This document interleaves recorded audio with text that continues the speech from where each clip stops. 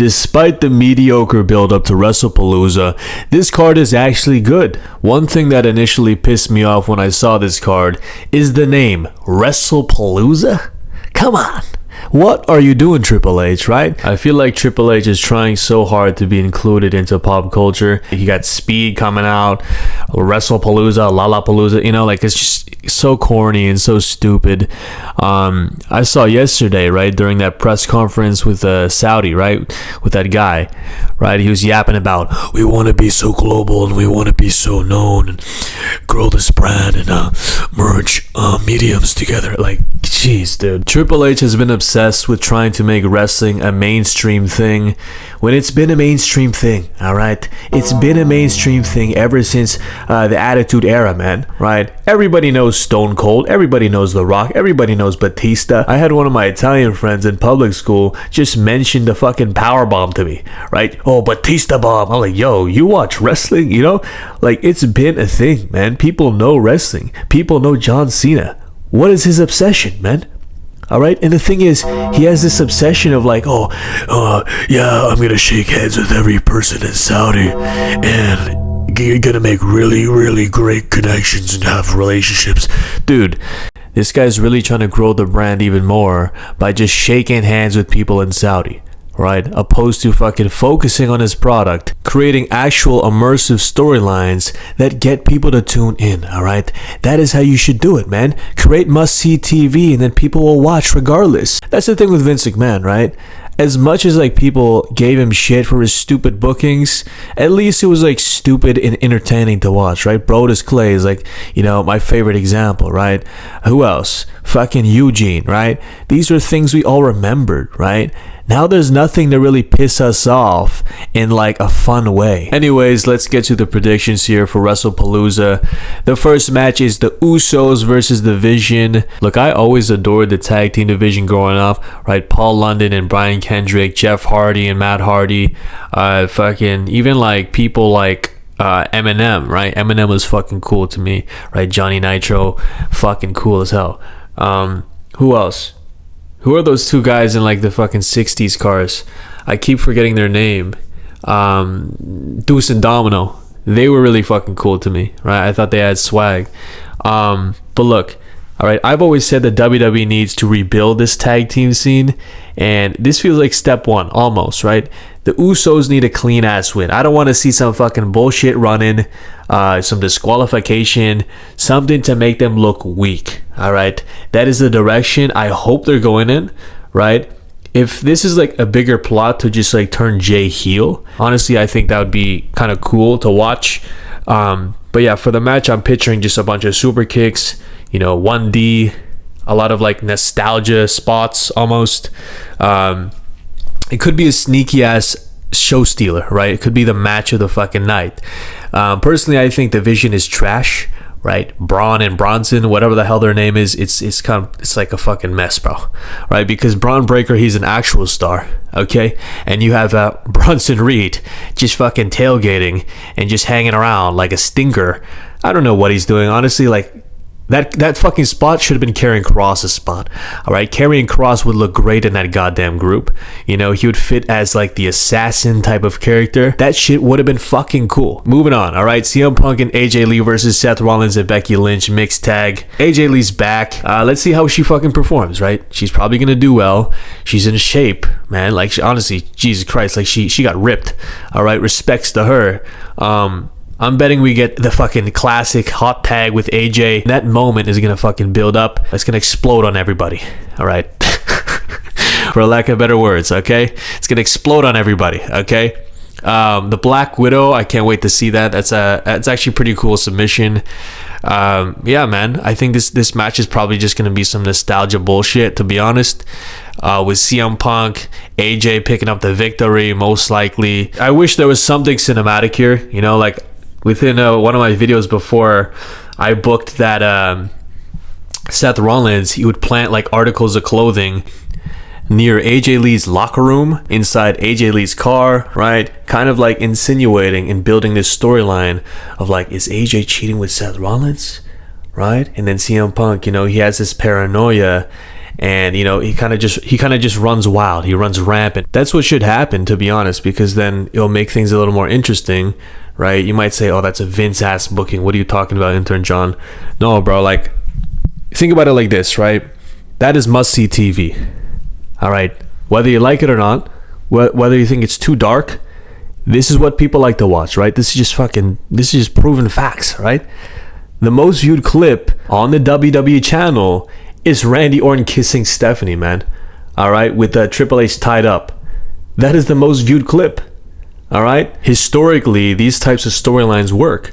Okay, now I'm not saying that Seth Rollins and AJ Lee have to like make out. No, they don't have to kiss, no nothing, right? But what I'm saying is there should be little tidbits, right? Little Easter eggs, little segments that kind of point us in this direction of AJ Lee and Seth Rollins cheating. All right, cheating on their partners. Okay, now again, this is like a very dynamic type of storyline, because you might say, oh, wouldn't Becky be pissed? Becky Lynch is going to be pissed within the storyline, right? But she's faking it. All right, she is faking it. Why? Because she's trying to manipulate CM Punk. Seth Rollins and Becky Lynch are manipulating both of them.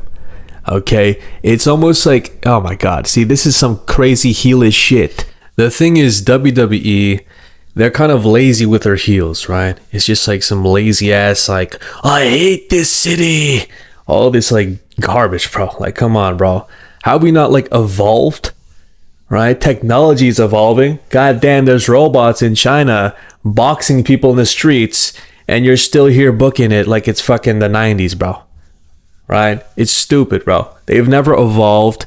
They never try to like switch up their formula or try to like try some shit, but I do think there should be this dynamic fucking storyline with like, cheating, love triangles, and all that jargon. Make it feel believable, of course, right? Make Becky Lynch and Seth Rollins like master manipulators, right? Everyone in the crowd, even if they know, right? Even if they know this is like a whole fucking ruse, basically just to try to manipulate CM Punk and make him turn on his wife, that's fine, right? But the whole cathartic moment with this storyline is CM Punk finding out that it's a ruse, finding out that he's being manipulated, right? That is the cathartic moment, right? The storyline itself doesn't fucking matter. Them fighting, it doesn't fucking matter, right? But what I've learned, right, even through relationships and like dealing with women and stuff, chaos, drama sells, all right? It makes the heart grow fonder for the other person, right? This is why, like, I guess toxic relationships, a lot of girls, they talk about, oh, being toxic,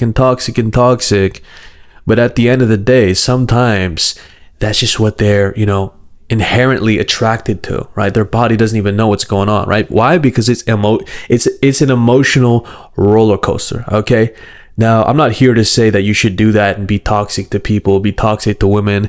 Personally, I think that's fucking corny, right? I've been that person before, and it's just not worth it. It's stupid. Okay, but check this out, all right? I think that dynamic, though, in terms of like TV, must-see TV, is great, right? CM Punk finds out that Seth Rollins and Becky have been manipulating him, and it's going to take this fucking feud from, C-tier heel, I hate you brawls, to like a whole different level of like heel versus face, right? You're going to want CM Punk to win so fucking bad.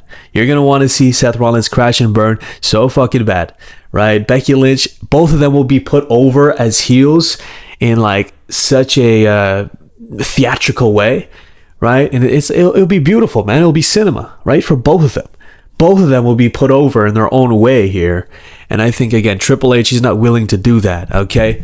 But again, I'm just some guy online, right? I'm not a fucking booker, right? Moving on. Stephanie Vaquer versus Io Sky.